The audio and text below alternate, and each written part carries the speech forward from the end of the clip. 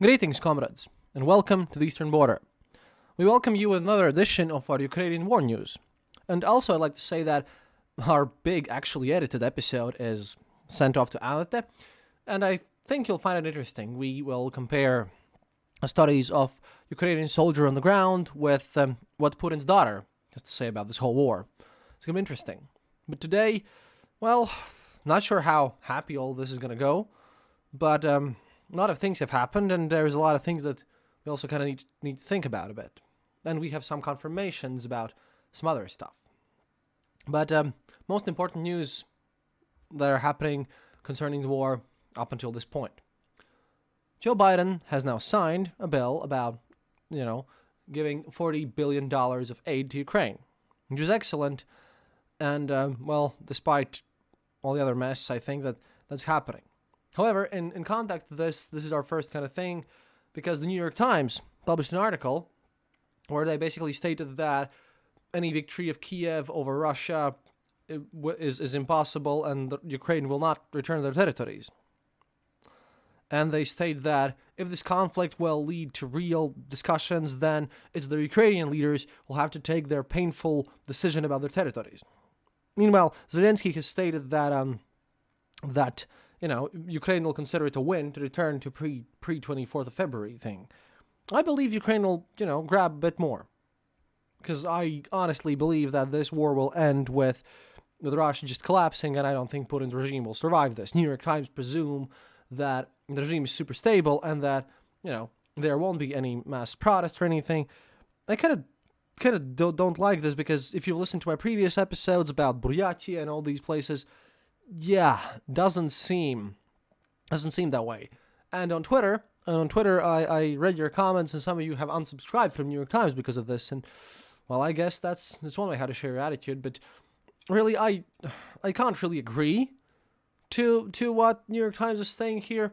However, there's a guy that totally agrees.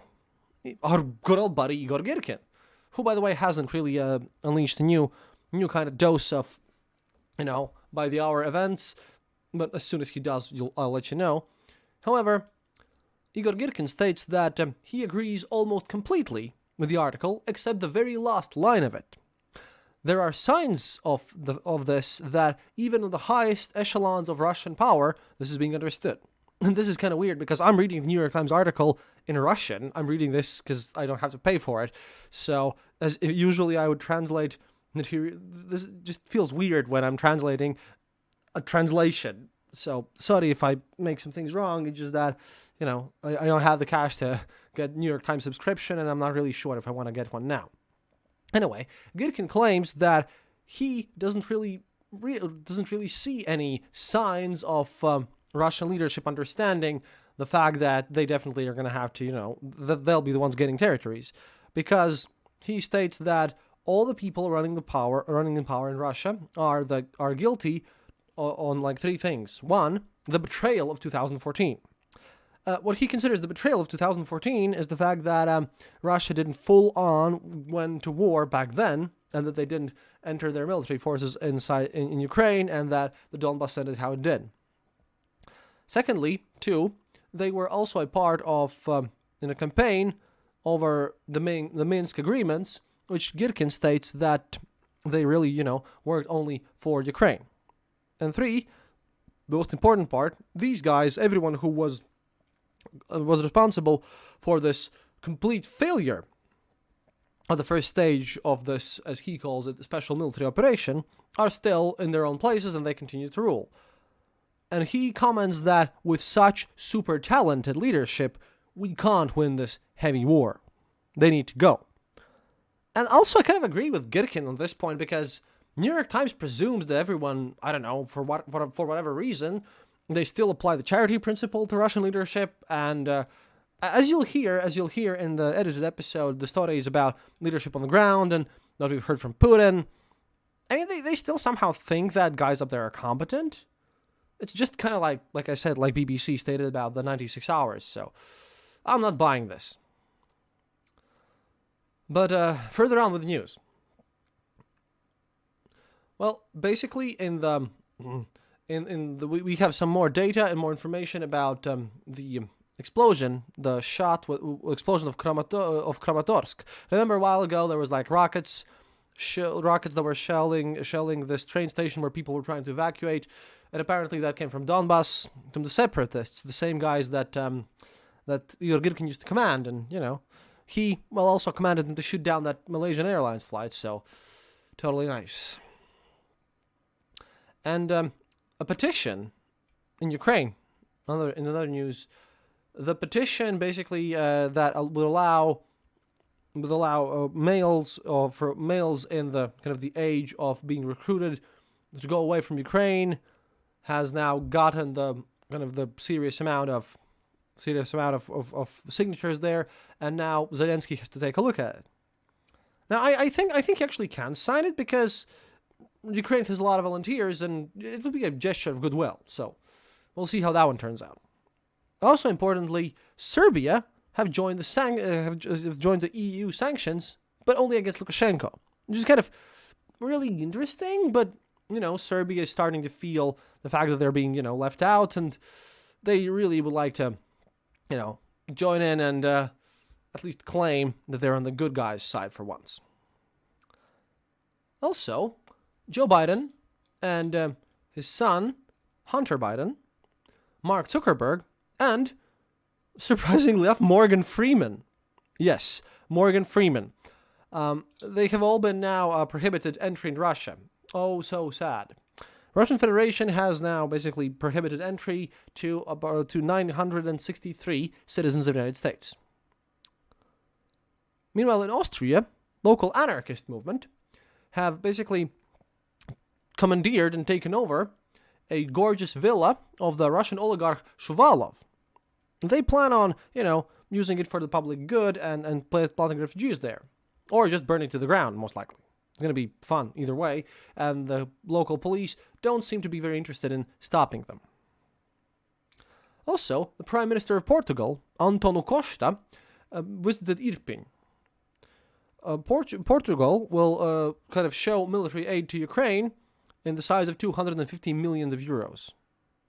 And they're also, showed interest in kind of after the war with rebuilding schools and kindergartens, which is really nice, because I think that, all of EU are going to send companies there, and there's going to be a massive market. There's going to be massive because, in a way, I recently watched an economics video over there, and that, war burns things down, but it's going to be a period of booming growth, and, it's going to be, everything's going to be needed there.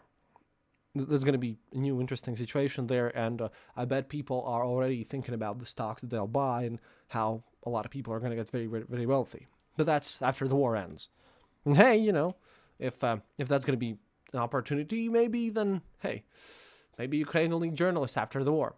I don't know. Also, Gazprom now have completely stopped gas deliveries to Finland because Finland didn't pay them in rubles. Or more likely because Finland and Sweden are applying for NATO and they're going to get into NATO, and I would consider them joining NATO to be, Putin's biggest military failure, because he kind of, in the beginning, a lot of people stated that this is to stop the expansion of NATO and all this stuff, but Finland is just a couple of kilometers away from St. Petersburg, so I would call it a strategic loss. And basically, everything's gonna go a bit weird. In Ukraine, Adam Khamocheyev, kind of a relative of the minister of the of deputy minister of Russian Ministry of Defense, has also been killed. This is kind of the big thing. So we're seeing more deaths, we're seeing more news and everything. However, this came from Nexta, but there are some other interesting things that another Telegram channel, Военный уголок Z, or War Corner Z, which are pro-Russian, extremely, they post a lot of fake news. They post a lot of pictures. They also claim that nothing happened in Bucha. Yeah, tell that to me, guys. I was there. I suffered there. Fun times. But they also claim some interesting things that really haven't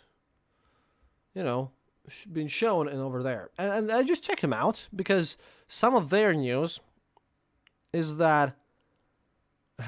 So some of their news really make me worried because if what they're saying is true, then we have to move the doomsday clock over there. They also reported quite a lot of stuff, and they also report how Azovstal was taken. That's their most kind of thing, because the kind of the conquest of Azovstal and how there's no one left there, that's the major Russian victory, TM, even though they evacuated people from it.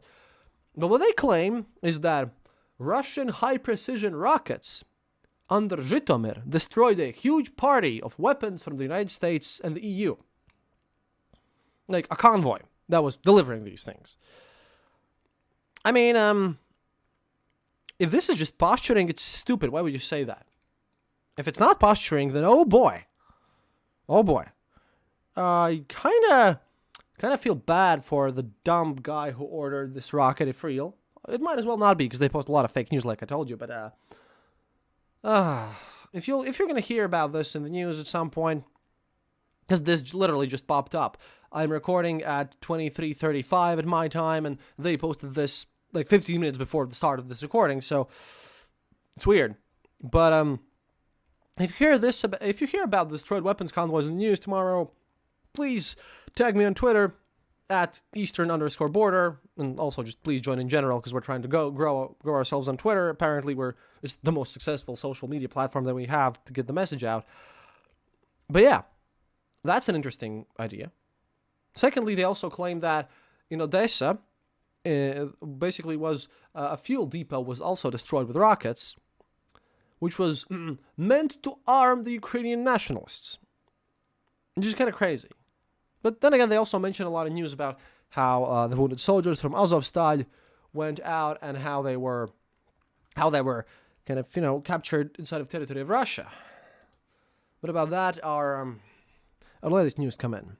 Remember, in the last episode, I mentioned the idea that was said by Nevzorov and Yulia Latinina in one of their news digests, which I try to understand, is the fact that they'll probably get tortured. Because it's a big, big thing, because that's what Belarus does. Like I said, it was just in the last episode. Go listen to that one. But right now, the insider, with reference to the project Gulag Нет, he basically states that the curators of the internal kind of prison service are preparing, and again, this is going to involve prison terminology. Go listen to those episodes. Then again, you probably have, because I've been mentioning them all along, but it's all about the prison culture. That's important to Russia. So right now they're preparing press khati, basically the pressing chambers, where kind of the guys that the prison administration have basically created for the criminals that they don't like to be tortured in there. And they're preparing special torture chambers and these press khati for the Azov guys. They need to basically do this to give massive punishments over the neo-Nazis and Banderovцы. The source of this project in Insider states that in the unwritten statement from the prison administrations to Bratva, the kind of the wars and the lawful thieves, there has been an order from the administration to Bratva that we're going to leave you alone if you're going to turn into petuchs everyone who has refused to cooperate with the administration. And look, just listen to some of my previous episodes. Do you guys who have listened to my prison episodes and who understand, the Russian prison culture, turning someone into petuch is a very awful thing, and and that's not going to go down well. That's the confirmation of what I basically mentioned there. Lawyers also state that even if, and this is what they're going to do, the Russian court systems are trying to turn Azov as a terrorist organization to basically sue the soldiers who fought against Russia as terrorists and basically put them into these prisons with super long sentences and to claim for internal consumption that they're the good guys. Well, Russian prison system, that is, who wants to turn them into petuchs and rape them and abuse them in massive amounts of ways. Yeah, that's going to be crazy.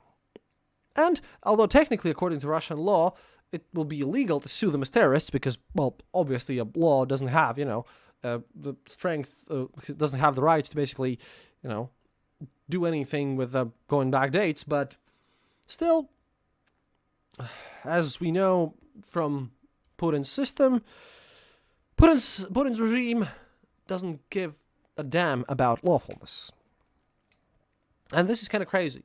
So these defenders of Ukraine, they fought well and fought hard, and sure, they were the enemy, but they're prisoners of war, and now they're going to be tormented and punished, and just, yeah. My kind of suspicions about what's going to happen to them have now, been confirmed. I am not happy about the situation, but that's another one for the massive pile of crimes that Putin's regime is now commencing. At any rate, thank you for listening, and as soon as on it edits the episode, we'll publish a bigger one. And please, if you like to support the show, become our patron, or go listen to this episode on theeasternborder.lv and click the donate button there. That'll allow us to, donate some instant money to us for our expenses, because we're preparing for another trip in Ukraine as soon as my arm heals, because I'm going back, and not going to sit here. I'm just really kind of angry even about the fact that health issues forced me to stay in Latvia for, I don't know, about another month. Wasn't planned that way. I was supposed to be kind of rushing back, though, but hey, what can you do? And, of course, donate to charities. Comebackalive.ua is my favorite one. And stay strong and stay healthy. До свидания, товарищи. And remember, happiness is mandatory.